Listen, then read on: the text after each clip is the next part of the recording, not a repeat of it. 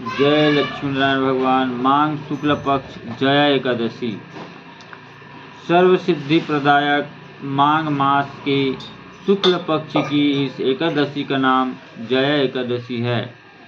इसके व्रत में भगवान कृष्ण की केशव नाम से पूजा की जाती है। इस व्रत को करने वाले को भूत प्रेत पिशाच आदि निकृष्ट योनियों में जाने का भय नहीं रहता और अनेकों जन्म के पाप नष्ट होकर इस लोक और परलोक में सभी सुख प्राप्त होते हैं। धर्मराज युधिष्ठिर बोले, हे भगवान, आपके माघ कृष्ण पक्ष की षटतिला एकादशी का अत्यंत सुंदर वर्णन किया। अब आप कृपा करके माघ शुक्ल एकादशी का वर्णन कीजिए। इसका क्या नाम है, इसके व्रत की क्या विधि है और इसमें कौन सा देवता का पूजन किया जाता है। श्री कृष्ण कहने लगे, हे राजन, माघ शुक्ल एकादशी का नाम जया एकादशी है। इसका व्रत करने से मनुष्य ब्रह्मा हत्यादि पापों से छुटकारा मोक्ष को प्राप्त होता है। इसके प्रभाव से भूत पिशाच आदि योनियों से मुक्त हो जाता है। इस व्रत का विधि पूर्वक करना चाहिए।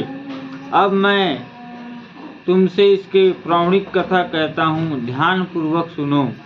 तथा एक समय देवराज इंद्र अपनी इच्छानुसार नंदनवन के अप्सराओं के साथ विहार कर रहे थे और गंधर्व गाना कर रहे थे।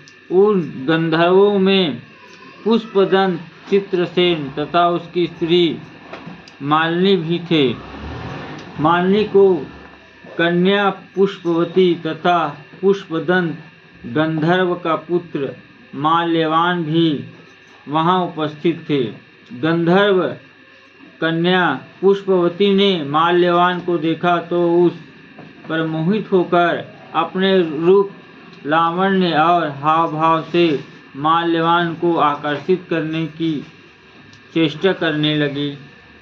पुष्पवती भी अत्यंत सुंदर थी।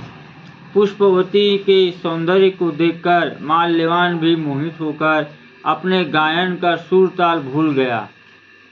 ये दोनों भी सभा में नृत्य के लिए आए थे, परंतु परस्पर मोहित हो जाने के कारण उसका चित्त भ्रमित हो गया, इसलिए वे शुद्ध गान न गा सके। इनके ठीक प्रकार न गाने तथा ताल स्वर ठीक न होने से इंद्र कुपित हो गए और इससे अपना अपमान समझकर उनको श्राप दे दिया और कहा, तुमने मेरी आज्ञा का उल्लंघन किया है तथा संगीत साधना की पवित्रता को नष्ट करके देवी सरस्वती की पूजा में विघ्न डाला है। अतः तुम्हें मृत्युलोक जाना पड़ेगा और देवलोक के निवास के बदले में तुम अघम पिशाच असमय जैसा जीवन बिताओगे। इंद्र का ऐसा शाप सुनकर अत्यंत दुखी हुए और हिमालय पर्वत पर पिशाच बनकर दुखपूर्वक अपना जीवन व्यतीत करने लगे। उन्हें गंध रस तथा स्पर्श आदि का कुछ भी ज्ञान नहीं था। वह उनको बहुत दुख मिल रहे थे। उन्हें एक क्षण के लिए भी निद्रा नहीं आती थी। उस जगह अत्यंत सर्दी थी, उससे उनमें रोम खड़े रहते थे और दांत मारे शीत के बजते रहते थे। एक दिन पिशाच ने अपनी स्त्री से कहा, पिछले जन्म में हमने ऐसा कौन सा पाप किए थे जिससे हमको यह दुखदायी पिशाच योनि प्राप्त हुई। इस योनि से तो नरक के दुख सहना उत्तम है। इस प्रकार चिंतन करते हुए वे अपने दिन व्यतीत करते रहे। देवयोग से तभी माघ शुक्ल में पक्ष की जया नामक एकादशी आई। उस दिन उन्होंने कुछ भी भोजन नहीं किया और न कोई पाप कर्म किया, केवल फल फूल खाकर ही दिन व्यतीत किया और शाम के दुखी होकर पीपल के वृक्ष के नीचे बैठ गया।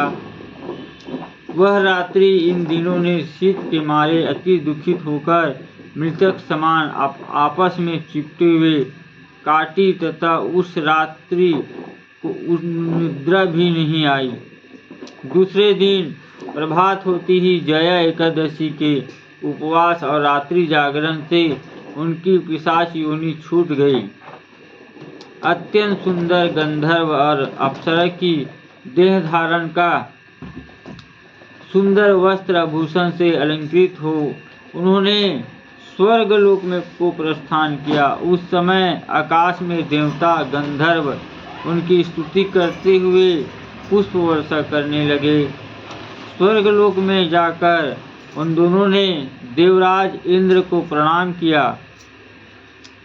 इंद्र उनको पहले रूप से में देखकर अत्यंत आश्चर्यचकित हुए और उसने पूछने लगे, तुम्हें अपनी पिशाच योनि से किस प्रकार मुक्ति मिली, उसका वृतांत कहो। माल्यवान बोला, हे देवेंद्र, भगवान विष्णु की कृपा और जया एकादशी के व्रत के प्रभाव से हमारी पिशाच देह छूटी है।